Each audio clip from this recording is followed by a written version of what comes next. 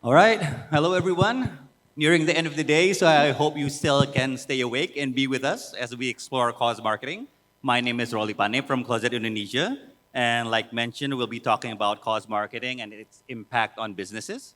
So let's start off by looking a bit at why cause marketing is important to businesses.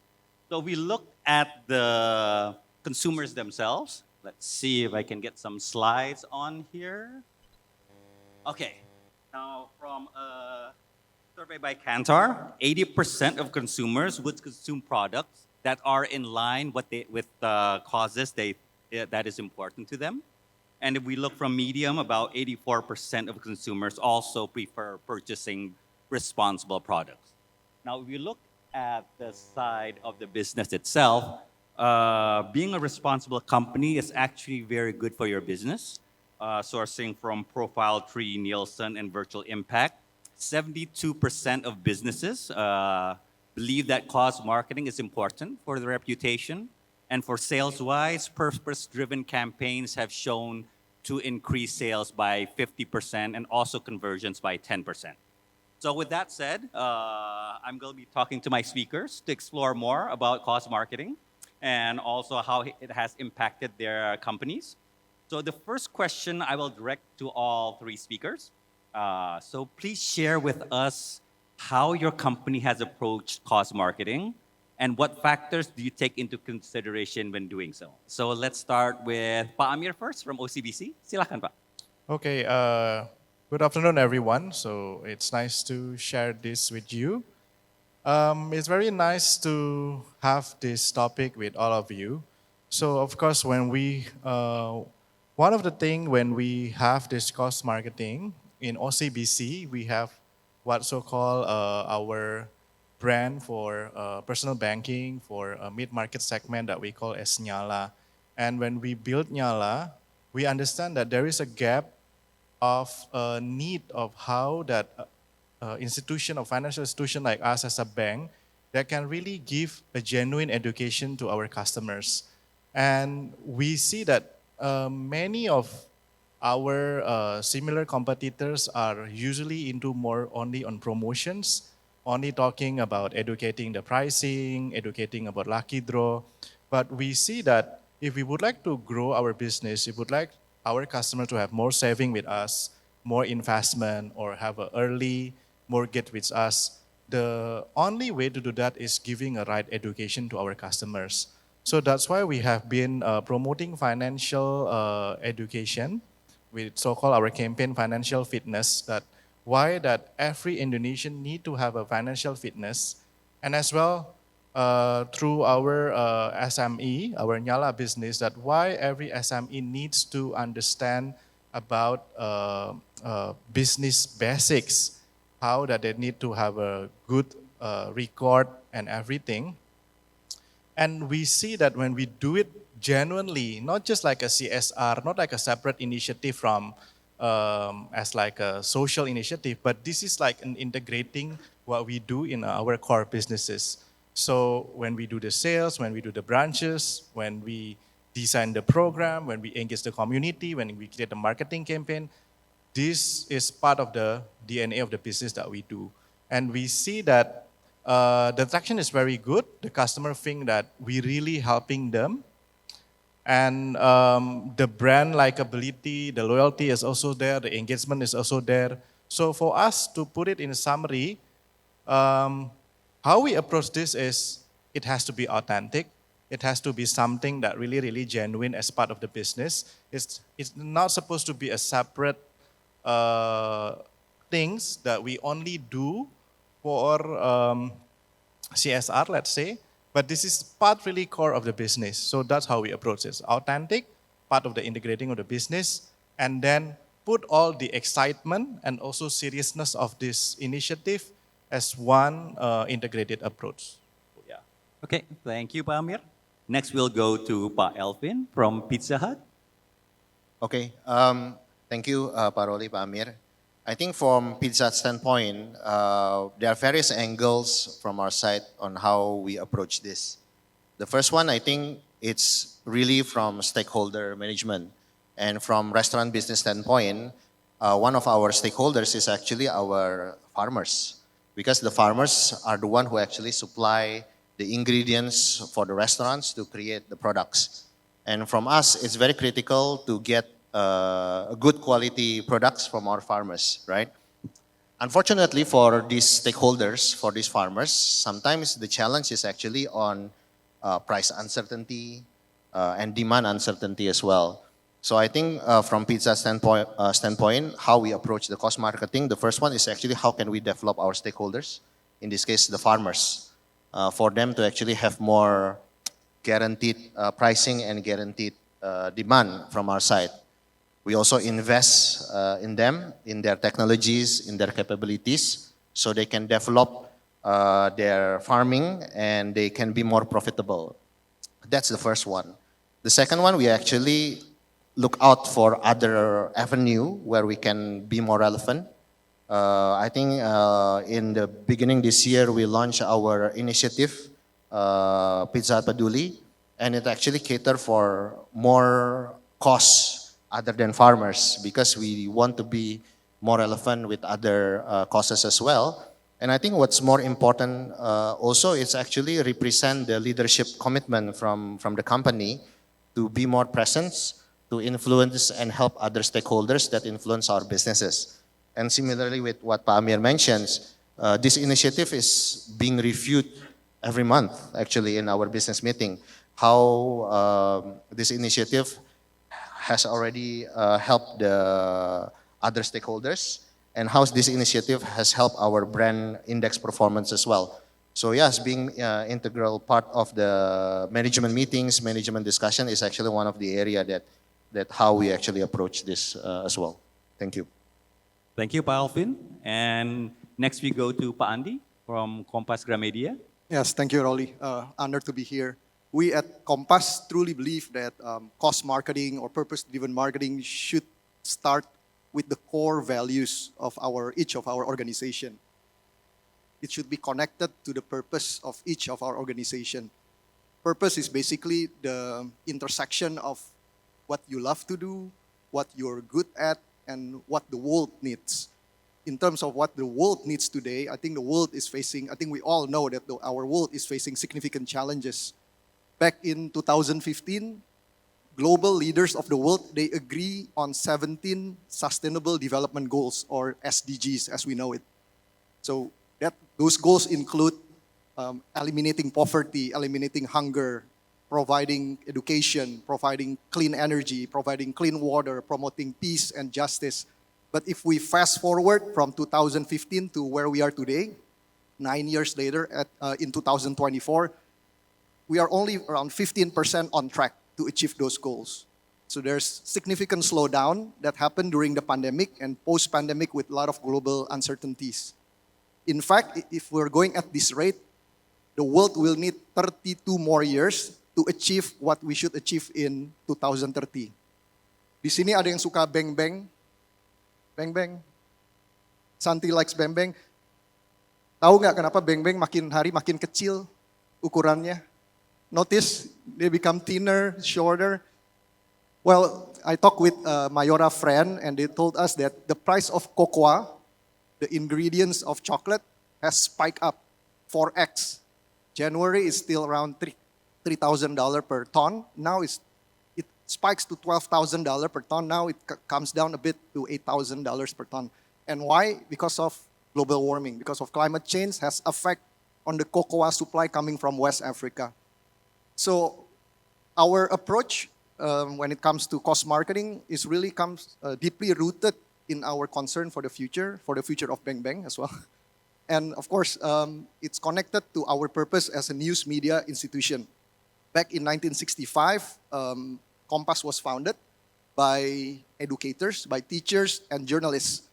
And the education background drives our mission to enlighten the nation, while the journalistic background drives our commitment to be the early warning system of all the problems that our nation is facing. So true to this purpose today, we still aim to be a warning system to urge the nation and to engage multiple stakeholders to take concrete steps toward sustainability. And that's just the first the first part, which is to connect to our core values. The second one is the integrity, the consistency of our values with our actions. This is very important for your cost marketing to be authentic, right? And as much as you can, involve your own employees, involve your own customers when you're doing actions related to sustainability. And the third one is the long-term commitment. There is a study, I think, showing customer preference towards sustainable products. Depends on the reputation of the company behind the products. And reputation of a company, it's an output of a long-term commitment to do the right things, right? To do the right things, to be ethical, and that will drive your cost marketing to have the impact that you are desiring. Thank you, Pak Andi. So now we go back to Pak Armir. A specific question for OCBC. So what challenges and opportunities have you faced in balancing cost marketing and also your financial services? And how do you measure the success of those factors? Yeah, so when we designed our financial fitness campaign at the first time through Nyala, we actually look at a very genuine problem that Indonesia really needs education. I think we can go to the first slide. Thank you, of OCBC. Yeah, we can go to the first one.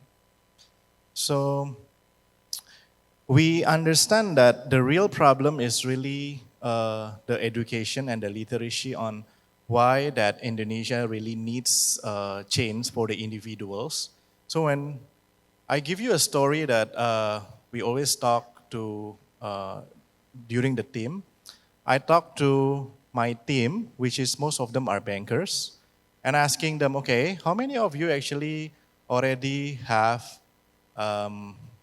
mortgage, let's say? And how many of you actually already have an investment? I think the previous one. So when I asked up to my internal team, to my staff, which is bankers, many of them actually still do not have a good investment account, or they do not have a mortgage. At some of them already 30s, some already 40s. And this is actually in our inner circle as a bankers. And this is just to show, even us in Jakarta, bankers, this literacy is not that huge. And you can imagine so many different cities in Indonesia, how is the literacy when we are in Jakarta, work in a bank, and most of my staff, most of my team internally that time even don't have an investment account, an early investment account. And if I talk, let's say, with some of my friends, he talked to me, Pa, my kids suddenly just crying because in front of the international schools, my kid is crying because the chauffeur today do not pick him up with a Alphard. The same story coming from my mate. Pa, actually, I was very sad because my kid, which is still in the primary school, in a very small city in East Java, in Trenggalek, and she said to me, he is crying very, very bad because he cannot have a motorcycle, 6-year-old in primary school, and he doesn't want to go to school because he doesn't have this motorcycle like some of the kids in the villagers. So this is just a story, a real story, and when we see the data, when we try to make this annual research of OCBC financial fitness, that the literacy of financial is not about whether you are rich, whether you have a higher income. It doesn't say that if you have a higher income, you have more financial literate, which is just kind of scary. Because even though you have a higher salary, if you probably have a bigger salary, you can probably not have a less score of financial health compared to someone that probably have a less salary or less income with you. And it just showed that financial literacy needs to be taught. And when we take a look all of the data, which is quite consistent, even when we talk And when we see like a PISA data from OECD countries, from those different countries at a 15-year-old kid, when we do have the survey by these OECD countries, Indonesia have the lowest score of financial literacy because they do not like to read. That's why they have a very low comprehension reading skill, which is when you would like to be financially literate, you have to read. You have to read the TNC. If you would like to subscribe, let's say, a telco plan, you have to read. But we don't like to read. And then we are also easily get scammed and very gullible. Somebody try to be, somebody that needs money, but we can easily being deceived and give money even though he probably a scammer. So that's why our score of literacy is one of the lowest. And when we invest, we try to make this research for Indonesia that we call as OCBC Financial Fitness Index. This is actually deriving we are not going to ask how many salary they have, how many income they have, but a certain habit for as simple as 12 indicators of habit. Do you really save your money minimum 20% or 10% from your salary? Do you already have what so-called like a emergency fund? Do you already have a basic investment? So we are asking many certain simple habits, 12 habits, and from that we can actually know whether someone is financially healthy or not without knowing their income, without knowing their salary. And this is very important because we understand that telling about salary or telling about income is probably very discrete information. But what we would like to know, what we would like to see, whether our customer have a health or not, financial health or not. That's why when we have this research for Indonesia, we would like to deserve this that, hey, how actually Indonesia, do they have a healthy score? And it's very sad actually, but looking at the score every year, we see that there is an increase of score. Right now in 2024, we have like score of almost about 40. We have a similar research in Singapore. The score is around 60 to 70. So the gap is quite huge because, like when I give you all the reason, we don't really like to read. We are kind of lazy to learn and everything. But looking at this is showing a potential that if we would like to grow with our customer, if we would like to somehow help our customer, it's not about educating that we can give the biggest car as a lucky draw or biggest, prize, but sometimes back to basic, giving them understanding why you should save, why you should have a mortgage at an early age, why you should invest. You don't have to wait until you got 500 million in priority banking to invest. You can invest as low as 20,000 and giving these like a simple fundamentals, and that's we have in our marketing campaign and all the things that we educate and try to go to the basic. And that's why we give this as a, become our mission, our purpose. And when we talk with our staff, when we talk with our salespeople, hey, you guys, you're not selling saving account. You're not becoming a bank just selling or pushing financial products. You're actually helping people because these people need to be helped and we can grow with our customers. Next slide. We do have something similar to our SME customers. We have a problem as well with our SME customers.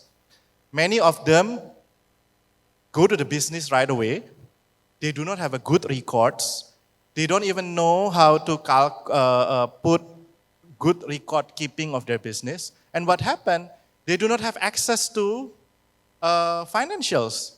They do not have access, to get funding and everything. They don't even have a proper calculation and everything because again, they do not have a good journaling and keeping. So, and many of them mixing their individual finances with the business finances. And we see this is very root cause in our culture. And that's why we're also devising the research of this business fitness index, because trying to show also and try to educate that, we actually can help more SMEs, more people that doing business from their home or even online to have a right understanding and business. So it's very simple for us that whatever we do, we back to the big mission, to the big purpose, that actually this is something that we can do when we design our product, we design our services, we design our branches, we design our marketing. We see that the real evil is there. And how we can help Indonesia is really from our solution and really from this education approach. We don't see that this is something that is really separate from our purpose and mission. We can actually even empower Indonesia, individuals and business, SMEs, how to really help them. And the success measures is very simple. If the customer grow, if they become more financially healthy with us, if their business become more healthy with us, they will have more products with us. They will more engaging with us. They will be more loyal with us because their business is growing with us. They have, we can see our individual grow. They suddenly have a house through mortgage with us. They have more investment. They have more emergency fund. So their goal is also becoming our goals. Their health of their business and their individuals is also becoming our goals. So the success measure of us is also about the success measure of our customers. That's about it. Thank you, Pak Amir. Next, we go to Pak Elvin from Pizza Hut. How does Pizza Hut view its role in promoting sustainable practices in the food industry to create a meaningful impact for the local communities? Right. I think for us, the local communities that we definitely want to improve is actually the farmers, like was mentioned earlier, right? And if you can go to the slides, right? This is something that we are really proud of, and this is something that we are really deliberate on how Pizza Hut commitment to actually develop the farmers community. This initiative has been going on since 2013, and we have developed more than 100 farmers communities, right? And from here, what we do is actually we invest in the farmers, right? We invest in their greenhouses, we invest in their capabilities, and we invest in their abilities to actually farm a good quality products. And this is something that, why I said deliberately, because this investment towards farmers is always growing, right? It started from 1 greenhouses, now it's actually already 80. And we really invest not only in Java, but also in Java, Bali, and even in Sulawesi. Why? Because we do have restaurant footprints in 36 provinces, right? So that's why we do need the help from our farmers to actually support our restaurants operation as well. Now, what are the impacts, right? I think the impacts number one, if you can go to the next slides, is actually for our business, we can have 100% supply of our paprika and our tomato now proudly from Indonesian farmers across Pizza Hut restaurant, right? And by this is also ensuring the product quality that we get and we serve to our customers as well.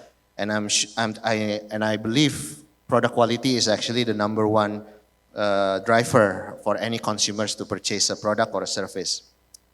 Number two is actually the farmers empowerment itself. Out of the 80 greenhouses that Pizza Hut has invested, if you visited our farms, there are much more than 80 greenhouses available. Why? Because the farmers is actually take profit from our greenhouses and invest in other greenhouses to develop their own farming and expand their farming business. So that's really economic improvement across all farming communities that we actually influence. Why they can do that? Because there's a guaranteed pricing and there's a guaranteed demand that Pizza Hut serve to these farming communities. Number three is actually about sustainability and healthy farming habits. Right, from our education, we actually promote what is the good farming practice and good handling practice as well for these farmers. So they get educated about the risk of pesticide, for example, and how to use them and what not to use, for example. So across all these three, I think this is the real impact that Pizza Hut has proudly influence the local communities, which is our main stakeholders, which is the Indonesian farmers across these 9 areas that we have. Maybe that's it from me. Okay, thank you, Pak Elvin. And since we're running out of time, I would ask Pak Andi, what you think of the future of social cause marketing and what factors you think will be a big player in it? Yes, based on our experience talking with a lot of companies, if there are any sustainability practitioners here, maybe sustainability officer, ESG officer, we understand that you guys are the loneliest people in your organization because most of your peers do not understand what you're doing and you are not seen as having a business impact. So my engineering mind really wants to find the link between sustainability metrics with business outcome. And if we can find strong evidence that if you're doing good, it will also, provide you with good business impacts, then I hope we can encourage more businesses, more organizations to adopt more ethical, more sustainable products and practices. And we invite, I think, everybody here from brands, agencies, academics, government, to maybe do research together to find this missing link. That, if you're doing good to the environment, to social, then that will have good impact as well to your business. I think that's what can drive really ESG and SDG practices in organizations. Thank you, Pak Andi. And also thank you, Pak Amir and Pak Elvin, for sharing your insights. So basically, cost marketing is going to continue to grow. It's also good for businesses. And basically, just to wrap it all up, it's just the right thing to do for individuals, for companies, and for everyone to sustain the earth that we live in. Okay, thank you very much, everyone. Thank you so much for sharing such a perspective on cost marketing. Ladies and gentlemen, a big round of applause once again for our panelists and moderator. And I kindly request our thought leaders and moderator to stay back on stage for a brief moment as we take an official photograph.